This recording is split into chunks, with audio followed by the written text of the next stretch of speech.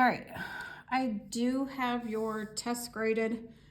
They're in Skyward. I'm obviously not here today, so you will see them tomorrow. Somebody's just gonna have to remind me. But they are in Skyward. You can check those later, not right now. Right now you need to be taking notes. So this section is GCF and factor by grouping. So GCF is what you learned when you were in lower grades. It still stands for greatest common factor. Okay? Now, we know that the opposite of addition is subtraction. The opposite of multiplication is division. We just spent the end of last chapter foiling or distributing. The opposite of FOIL is to factor, which is what this chapter is about. We're going to learn to go backwards in everything that we have done. So I always start with what you guys are familiar with. So here's what we've done. So we've done these problems, so I'm going to let you do this one. So 3x parenthesis, 2x minus 5 close your parenthesis.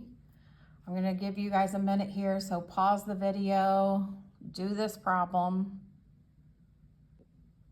Okay, so I'm sure when you guys distributed, you all got 6x squared minus 15x. So now we are going to be given this, and we are going to work backwards. Now, don't write this down. Watch this though. This is how we're going to do it. So I'm going to take what we were ended with. So 6x squared minus 15x, and this is how we go backwards. This is where the GCF comes into play. What is the biggest number that goes into 6 and 15? I'm hoping you guys are saying 3 because that is correct. And then for the variable, we take the lowest exponent we see. So this is a 2, this has a 1, so the GCF just is x, which is the 1, which is the lowest. Now, there are 2 ways to figure out what is left inside. I don't care which way. I will show you both ways, and then we can go from there. The first way is to think about 3x times what will give us 6x squared. Well, 3 times what gives us 6? Well, 2. X times what gives us x squared? Well, x. Then we do the next term. 3x times what gives me negative 15x? Well, 3 times what gives me negative 15? I'm hoping you guys are saying negative 5. X times what gives me x? Well, I don't need anything because x times that. So there we go, which is where we started. The second way to do it, if you don't want to do it this way, is whatever you determine your GCF is, put it under each term and divide. So 6 divided by 3 is 2. You guys know we subtract exponents when we divide, so 2 minus 1 is 1. Negative 15 divided by 3 is negative 5. And 1 minus 1 is 0, so we don't write it. So I don't care which way you think about it. If you want to think about what do you multiply by, or you put the GCF under each, as long as you're getting the right answers, okay? So our instructions change here as well. So when we were foiling and multiplying, our directions were to simplify. Now our directions change to factor, okay? So that's important to note that our directions change. So here's number 1. 4x cubed minus 6x squared. Okay? 4x cubed minus 6x squared. So again, I always do it one piece at a time. So let's start with just the number. What is the biggest number that goes into 4 and to 6? Hopefully you guys are saying 2. And then we go to the variable. Again, you take the lowest exponent you see. This is a 3, this is a 2, so the lowest exponent I see is a 2. So 2x squared is my GCF.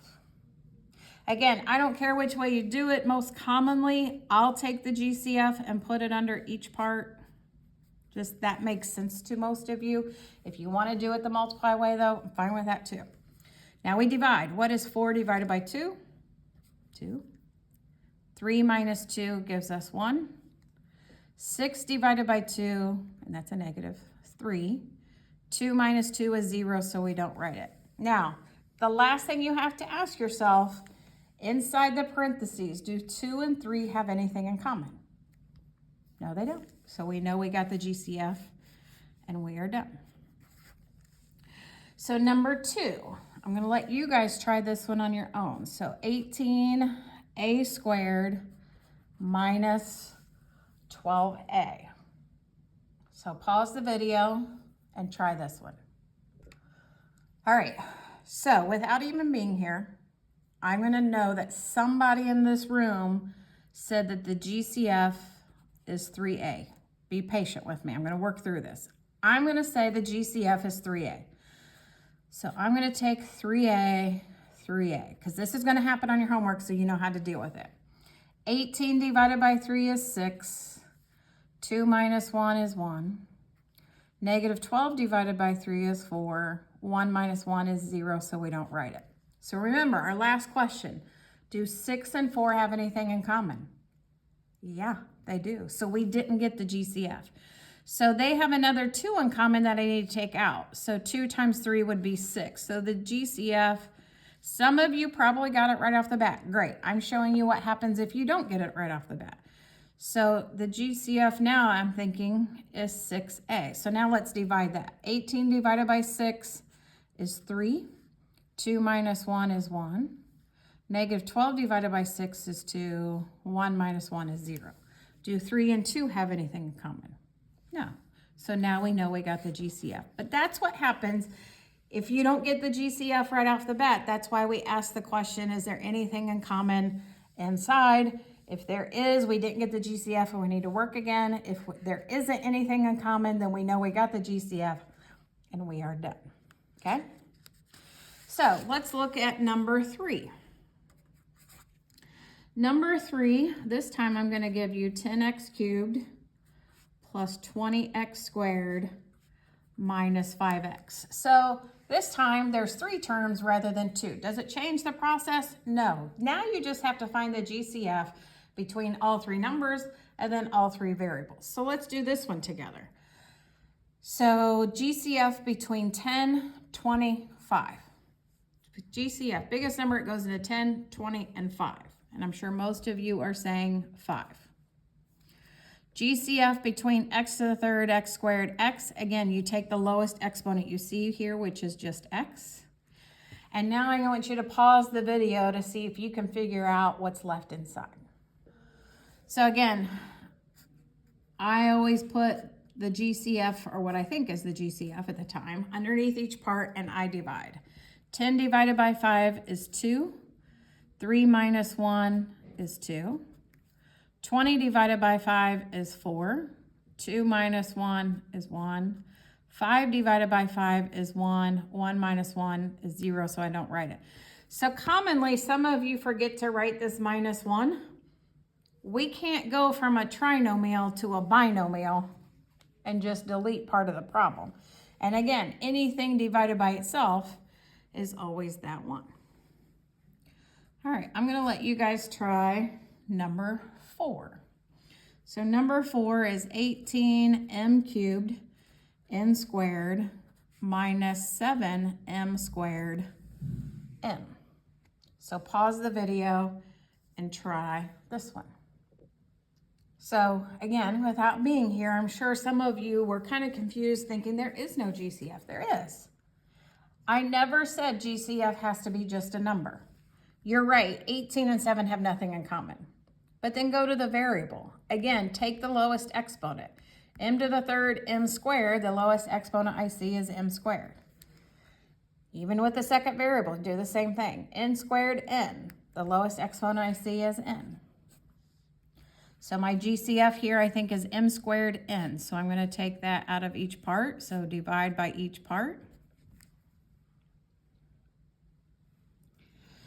When you divide here, 18, there is a 1 if you want to think about it, or if you want to write it, by all means do so. 18 divided by 1 is 18. Again, subtract exponents. 3 minus 2 is 1. 2 minus 1 is 1. 7 divided by 1 is 7. For exponents, 2 minus 2 is 0, so we don't need to write it. And for n, 1 minus 1 is 0, so I don't need to write it. And again, my last question, do 18, mn, and 7 have anything common? They do not, so we are done. Okay, I'm going to let you guys look at this one, number 5. Negative 6x squared y minus 9y squared z. Actually, I'll help walk you through this one because it's a little different. Okay. So we got to think about the whole number here. This is a negative 6 and negative 9. Many of you are already saying the biggest number that goes into both of them are 3. And you are right. 3 is the biggest number. But remember, its greatest common factor. Is that negative in common? Yeah, it is. So if it's in common, it becomes part of the greatest common factor. So it's negative 3. Do they have an x in common? No. Do they have a y in common? Yeah. So we take the lowest exponent here, which is y. Do they have a z in common? No. So now I'll pause the video. You guys see what's left inside. We'll see if we get the same answer. Okay. So hopefully you put negative 3y under each part. Negative 6 divided by negative 3 is 2. There's no x squared on the bottom, so x squared. For y, 1 minus 1 is 0, so we don't write it. Negative 9 minus 3 is a positive 3. For y, 2 minus 1 is y. There is no z, so I just bring down that z. So again, do 2x squared, 3yz have anything in common? They do not. So we know we got the GCF and we're done. But again, if both of them, or if there were 3 terms and all 3 were negative, then that becomes part of the greatest common factor. All right, I'm going to let you guys try number 6. 40 a squared b cubed minus 16 a b to the 5th plus 8 a b to the 3rd. So I'm going to let you guys try that one. So press pause. Try this one. All right, hopefully, may have taken a try or two, but you got the 8ab cubed because the biggest number that goes into all 4 numbers is 8. The lowest exponent on a we see is just 1, so it's just a, and the lowest exponent we see on b is 3. And when you put 8ab cubed and you divide it all out, you're left with 5a minus 2b squared plus 1, which that there's nothing left in common, so we know we're done. All right, I'm going to put 7 and 8 up here now for you to try. Number 7 is 8x squared minus 4y squared plus 6z squared. And number 8 is 9x squared minus 5y squared. Sorry if you didn't pause the video. Pause the video, try these 2 problems. Okay, some of you are going to say between 8, 4, and 6, the GCF is 2, but there's no variables. Remember, GCF sometimes will just be variables like in number 4. Sometimes it'll be numbers and variables. Sometimes it may just be a number because there's no variables in common here, and that's going to happen. So 4x squared minus 2y squared plus 3z squared. Do they have anything in common? They do not. Inside 4, 2, 3, and then x squared, y squared, z squared. So we're done. Number 8. This will not happen often, but it will come up. So 9 and 5 have nothing in common. X squared and y squared have nothing in common. So if there is absolutely nothing, I know some of you are probably saying 1. Well, something other than 1 for the GCF here. If there's nothing in common, our answer is that it is prime. Okay? So that finishes off the GCF part. Now we're on to factor by grouping. Factor by grouping is always easy to identify because there's always 4 terms. Okay? Again, our instructions are to factor.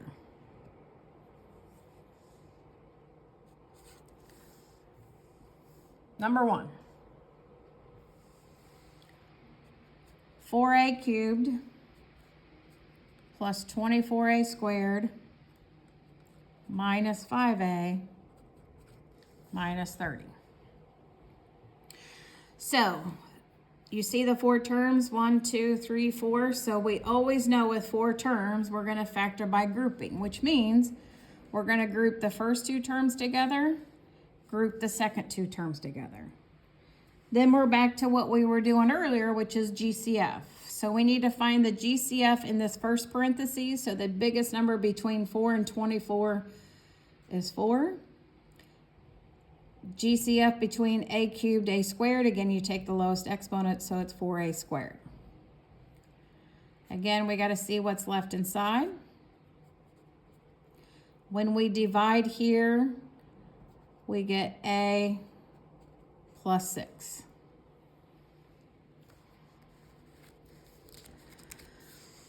Again, now we go to the next parenthesis. What's the GCF between negative 5a and negative 30? Well, hopefully many of you are cluing in about the double negative, and so you're saying the GCF is negative 5. Then they don't have a variable in common, so divide each part by negative 5, which gives us a plus 6. What do you notice? Hopefully you're saying the parentheses are the same.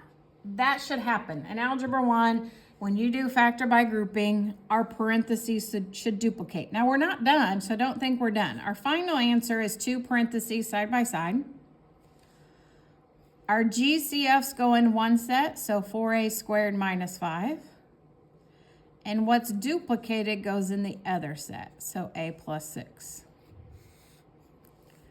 Because if we were to FOIL this back out, we would get what we started with. All right, I'm gonna let you guys try number 2. Number 2 is 6a cubed plus 8a squared plus 9a plus 12. So press pause, try this one. We'll see if we get the same thing. Remember, once you take out the GCF, your parentheses should be the same. So we have 4 terms, so we group the first 2, group the second 2. I'm hoping you said the GCF here is 2a squared, because that's the lowest exponent. When I take out 2a squared, I'm left with 3a plus 4. GCF between 9a and 12a is 3. And we get 3a plus 4. We know in our parentheses duplicate, we have done it right. So our duplicated parentheses go in one set, our GCFs go in the other. So now a common question.